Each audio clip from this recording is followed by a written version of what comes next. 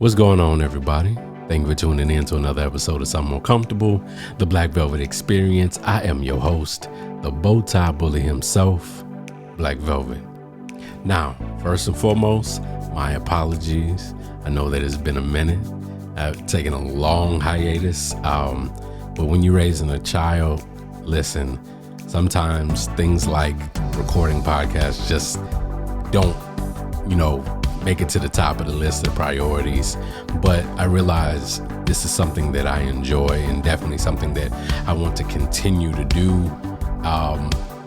even if for no other reason than just to share my thoughts, my ideas, and put them out there in the world, and just to, give people an avenue to maybe ask some questions or me to pose some questions that maybe that people have never even thought to ask.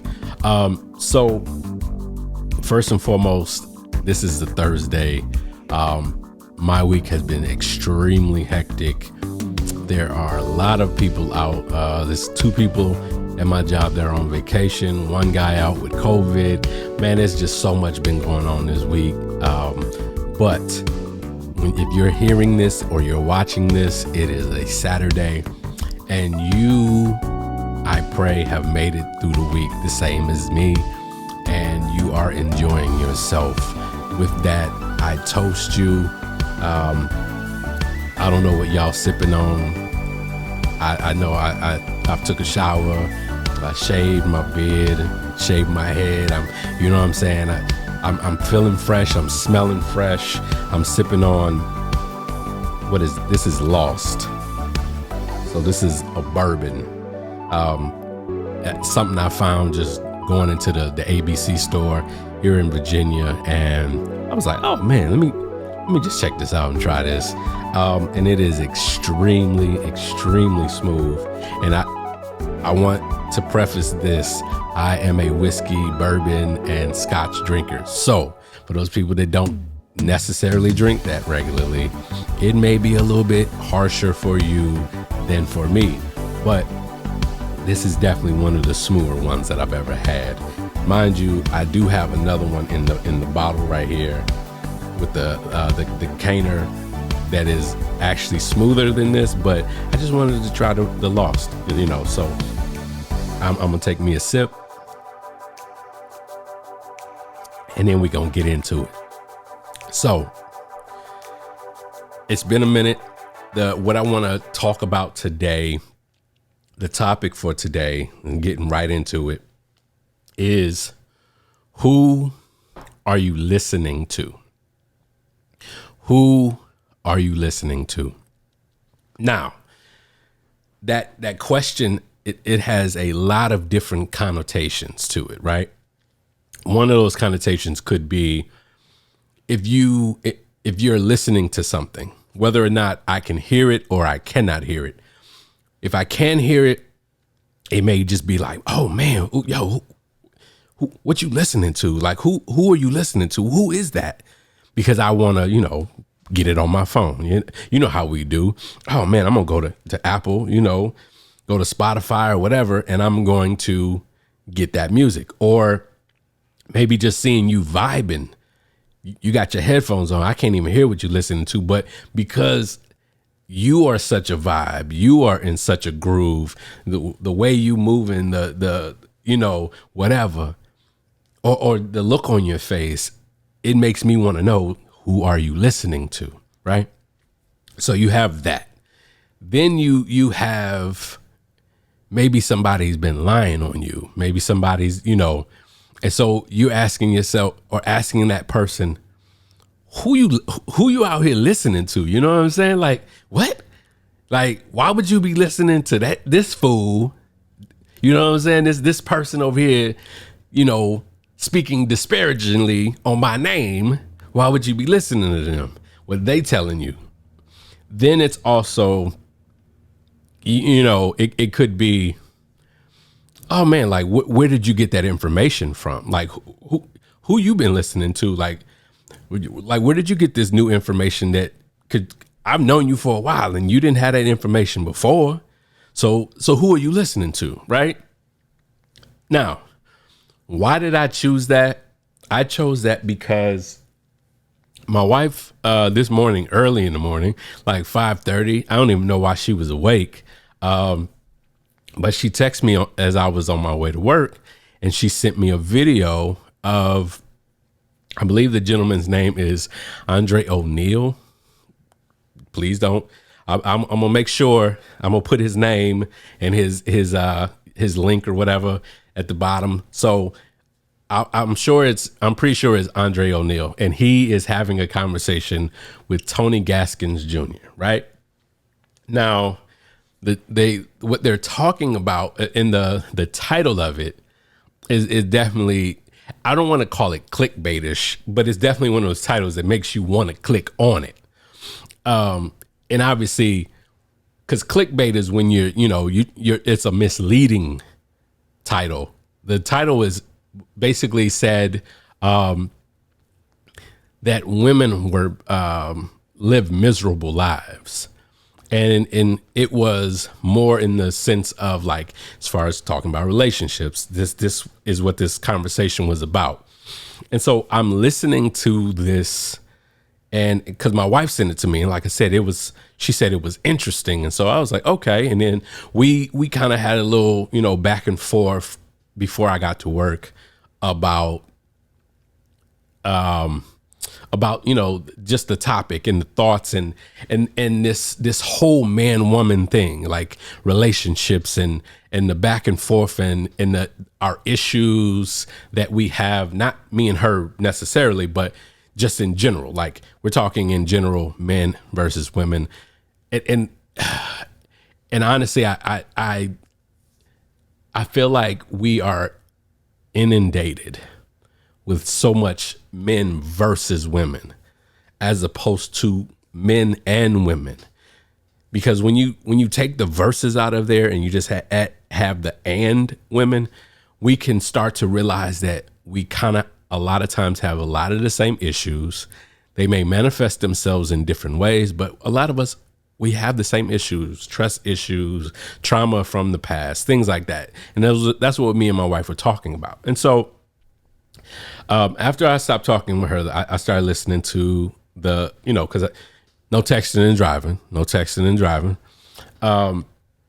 But I started to listen to it on my way to work. And I'm listening to the things that these gentlemen are talking about. Specifically, the majority of the conversation was dominated by Tony Gaskins Jr.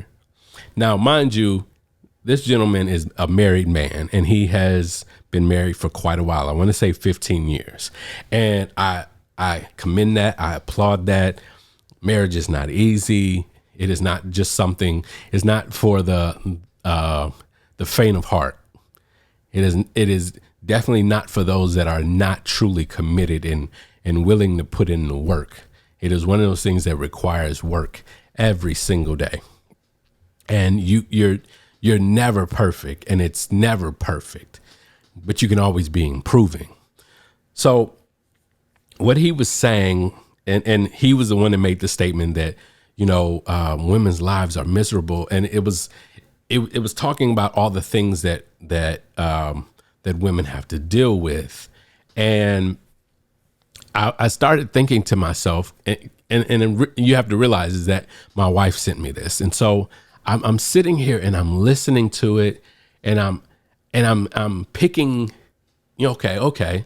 Like, it's not that I don't agree with most of what the gentleman had to say, but I feel like there was some moments and some spots in it where I was thinking, I was wondering like why my wife sent me this, because I was like, this don't even apply to us, because and the reality is that, as I stated, we are inundated with relationship. There's so many people who have podcasts, who have, TV shows. We got the Kevin Samuels, rest in peace. We had Dexter Jackson at one point, right? And we'll get back to him in a second. But then you got Tony Gaskins Jr. You have Kendra. I can't think. Kendra G. I think. Again, don't. You know what I'm saying? I'm not researching this. This is literally off the top of my head. This is on the fly. So maybe in the future I'll do more research and actually know these people's names. But y'all know who I'm talking about. And it's like you have all these people. You have Andrew Tate.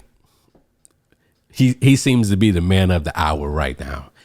He is saying some things that are truthful, but the majority of the things that he is saying are very, what's the word I'm looking for? Toxic, flat out. They're toxic. I know that's the buzzword as well for our time is toxic, but a lot of what he says is toxic. He does have some truth. There is some truth to some of the things that he says, but a lot of it's toxic. And the main thing that Tony Gaskins Jr. was stating was that a lot of these people are single, right? And so it's like, why, if you're trying to be in a relationship or you are in a relationship, why would you be listening to people who are not in relationships, right? Because what do you have for me? What can you talk to me about if you single and I'm not?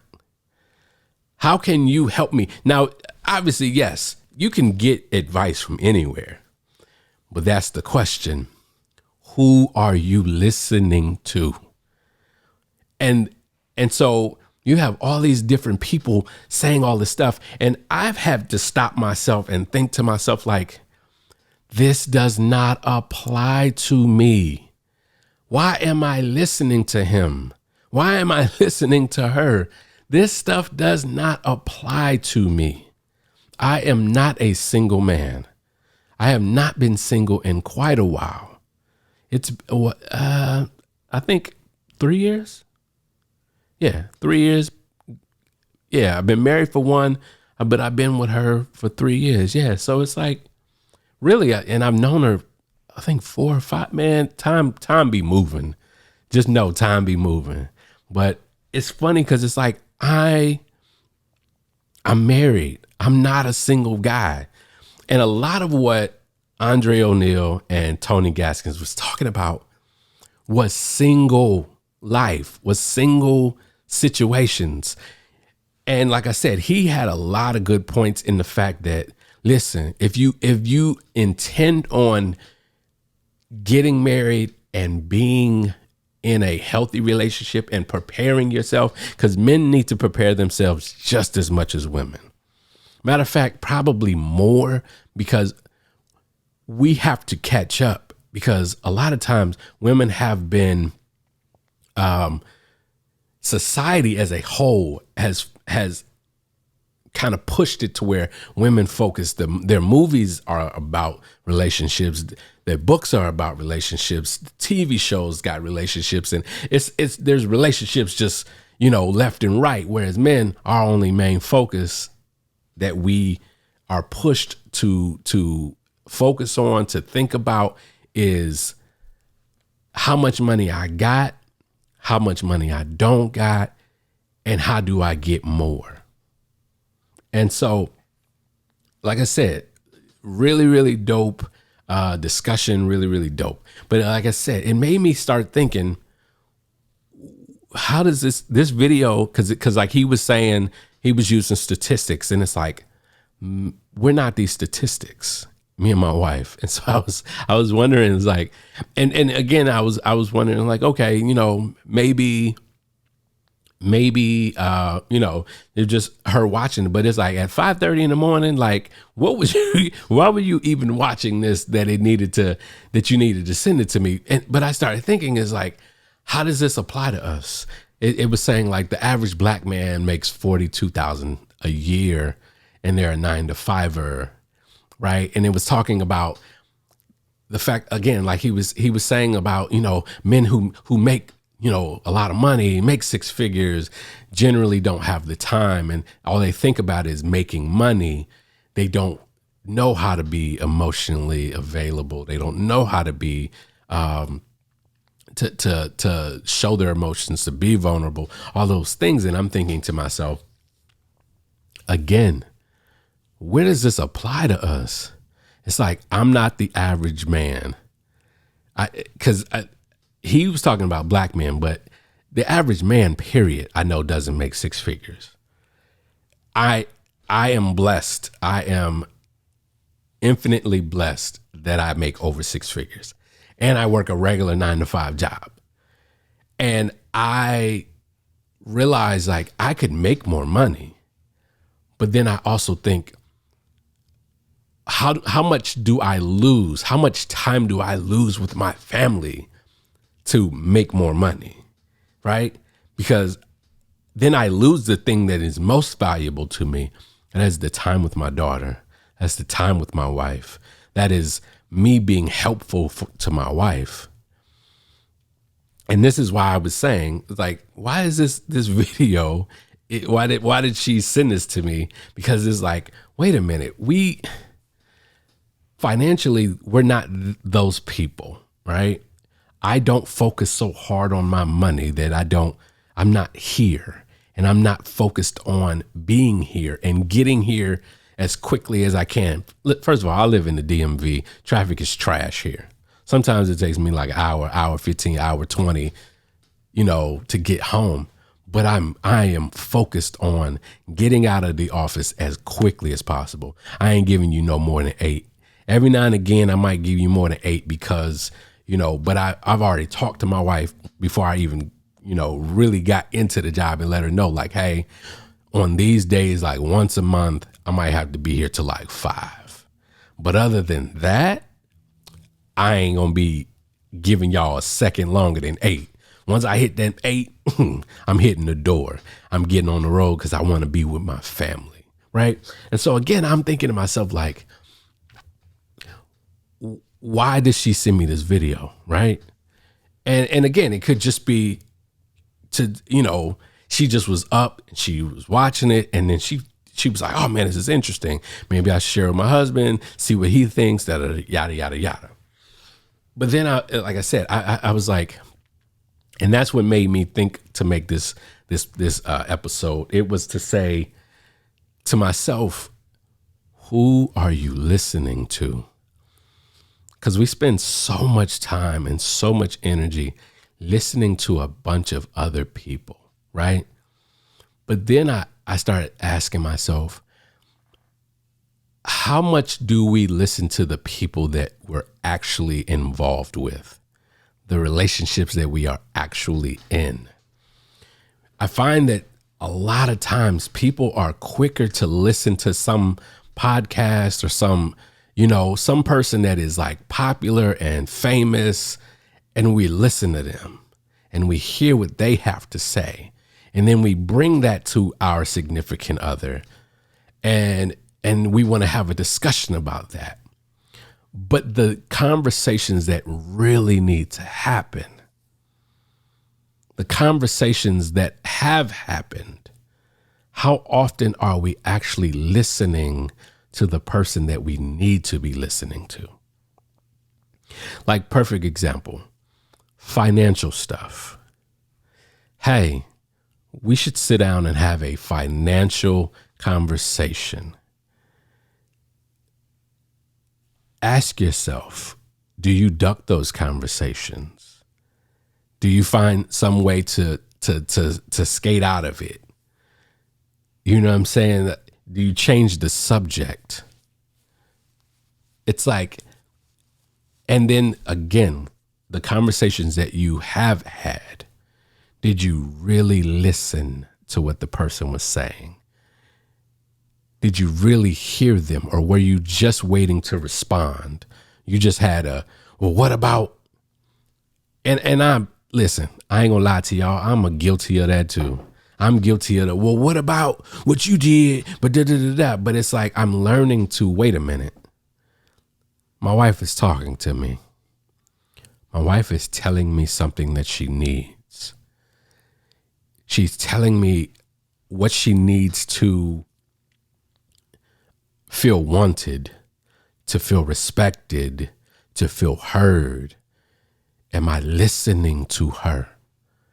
Am I hearing what she has to say? Vice versa. when your husband is talking, when a man is talking, the man in your life is talking to you. Are you listening?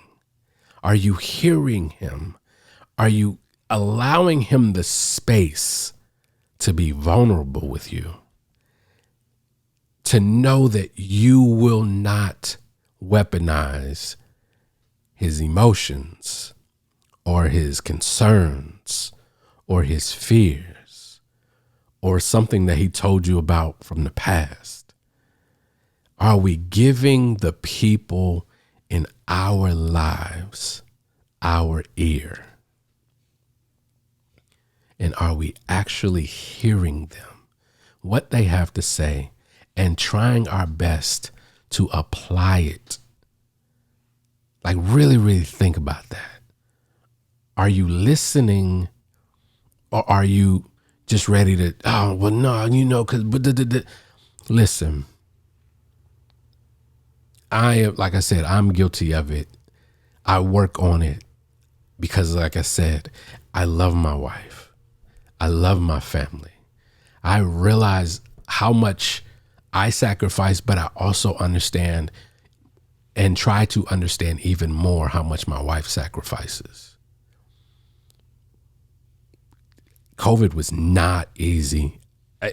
And I'm not telling y'all nothing y'all don't already know.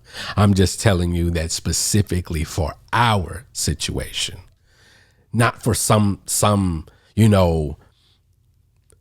nameless, faceless man or woman and all the men and women in the world. No. In my relationship, COVID was hard. COVID was difficult. I lived an hour, not an hour. I lived an hour as far as time zones, but I lived about a 13 hour drive from where my daughter and my future wife were at the time. Like, I was married and still was living in St. Louis for like the I think maybe 3-4 months after we got married. But it was hard. It was difficult. I wasn't able to be at all of her appointments. And even when I did get to go to them, I didn't get to go to them. I got to just sit out in the car and wait for her. So wherever she was going to, oh no, you can't join her. When she had my daughter, I don't even want to really get into that story. Matter of fact, we already did an episode about that. That was hard. It was painful. It was tough. And then the time that she's raising my daughter and I'm not there. So I'm there for like a week and then I got to leave again. And then I'm there again next month. And then I'm there next month and the month after that. But it's only for like a weekend or a week. And I'm using all my PTO just to make sure that I'm there. And I don't say that to get an applause. I say that because I wanted to be there and I knew that I needed to be there. But it's realizing like it was tough. She sacrificed a lot. She sacrifices a lot now. You know what I mean? Like, I am the breadwinner. You know, again, not one of those bragging things. I am the breadwinner. I make the majority of the money. I pay pretty much all of this. All of this, I pay for it. But I don't ever want her to think like I don't see and hear what she goes through, because she still works a full-time job. She's remote, but she still works a full-time job, and she still deals with my daughter, which is a full-time job all day long. And so I do my best when I come home to make sure, hey, to corral this little girl and keep her up off of her for at least a little bit, at least give her some kind of respite from the day, so she just not dealing with this her initials are OG. That's her first name is two names, Olivia Grace. But yeah, OG for real. The way she acts, the way she behaves is some of the most hilarious things I've ever seen. But I digress, because I could talk about my family all day. I miss them painfully, like right now, but they should be back, like I said, in a few days, and and then I'm gonna love and kiss all on them. But either way, but again, the point is, how much are we listening to the people who are actually in our lives? Because understand, the Andrew Tates, they don't really care about you. They are rich. He has said numerous times that he is rich, and he has gotten even more rich and famous. Yeah, they have banned him from all social media, but he's still rich. He's still got money. And a lot of what his popularity has been him spewing a bunch of nonsense mixed and mingled with a little bit of truth, and people ate it up. Tony Gaskins, as much as he may be helping people, it's remembering he still gets paid to do that. These people still get paid. Remember, I was talking about Derek Jackson. I know we canceled him and he kind of just faded into the darkness and never to be seen again, right? But remember, there was a time when he was heralded and he catered to women. He catered to what women wanted to hear. Most of what he talked about, there wasn't a ton of accountability to be spoken of. There wasn't a ton of understanding the other side. It was just, I need to cater to the people who will continue to fill my pockets by buying my books, by attending my events. Remember that these people make money. They monetize this. There are people who specifically use this facade to make money. Now, again, there may be some people who really want to help. I honestly, again, that's why I made this, because as I was talking with my wife and we were going back and forth and and then I started thinking to myself, why do we constantly do this? Well, men got these problems and women have these problems. And so then I asked her a simple question. I was like, because we were talking about what men, and then men make excuses and blah, blah, blah. And I was like, women make excuses. But then I started thinking to myself, what would you say? I asked her flat out, I said, what would you say were issues of women? And she told me what they were, right? And I was like, right. Men and women have the exact same issues. Like I said, trust issues, past trauma, a lot of things that we don't speak of. Parents that didn't protect, that didn't nurture, that didn't, that weren't really concerned with your emotions. They weren't really concerned with how you felt. And I don't blame them. Some people, a lot of people are just doing the best that they can, right? We're able to do better because we're older. We're older. Me and my wife, we're older. We have experienced a lot more, and we are able to now process our emotions and our feelings. And even the times when our daughter irritates us, we're able to process it better because we're older. But we still don't do the best. We're still not perfect, but we're way better than we would have been at 21, at which a lot of our parents had us, early 20s, if not late teens. So, so I get that. But it's realizing that we're all going through the same issues. And so that's another thing. If we spent less time just pointing fingers back and forth at each other and actually listening to one another, we might actually be able to heal each other, especially in the Black community. We might actually be able to heal one another if we were able to just listen to one another, really listen and absorb and learn. Understand me. Understand me. Don't try to overtalk me on both sides. Don't overtalk the woman. Don't overtalk the man. Hey, these are my issues. Like my wife, she comes to me and I'm trying my best. I'm doing better. Because again, I wasn't raised by a dad or any man in my life that was helping me understand my emotions and processing them and learning to listen. But I'm learning to listen to her. When she starts to talk, even if it causes me pain, even if it's like, ugh, swallow that and keep listening. Okay, I get it, baby. I understand.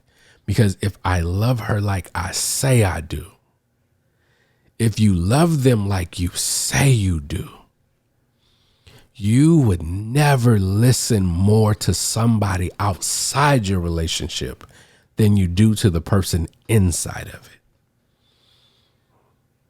You would not, if you put as much energy and effort into listening to your significant other as you do to filling the pockets of these people's YouTube pages, because again, this ain't monetized for me. I'm just talking. Do I expect that this is gonna be how I'm gonna get rich? No.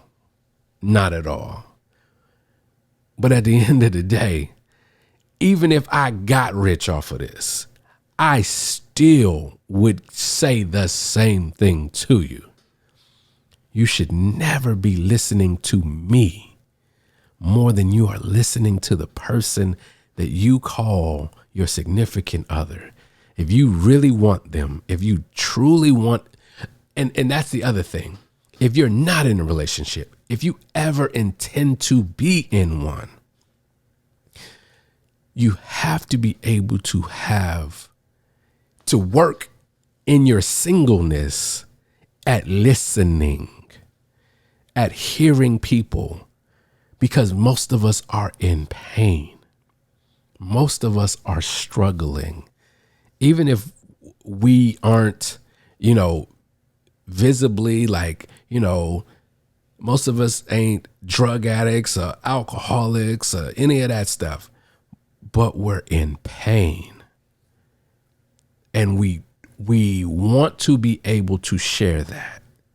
We want to be able to confide in people and have them hear us, have them listen to us, have them minister to us. You don't got to be no pastor. This don't have to be church. You can still minister to one another. You can still actually hear what women are saying when it comes to their issues with men. And women, vice versa. You can hear him, hear what he's saying. But then sometimes if we listen hard enough, what the person is saying is just a symptom of something deeper. And if you take that time, you never know what you'll find underneath all of that. But we spend so much energy in negativity,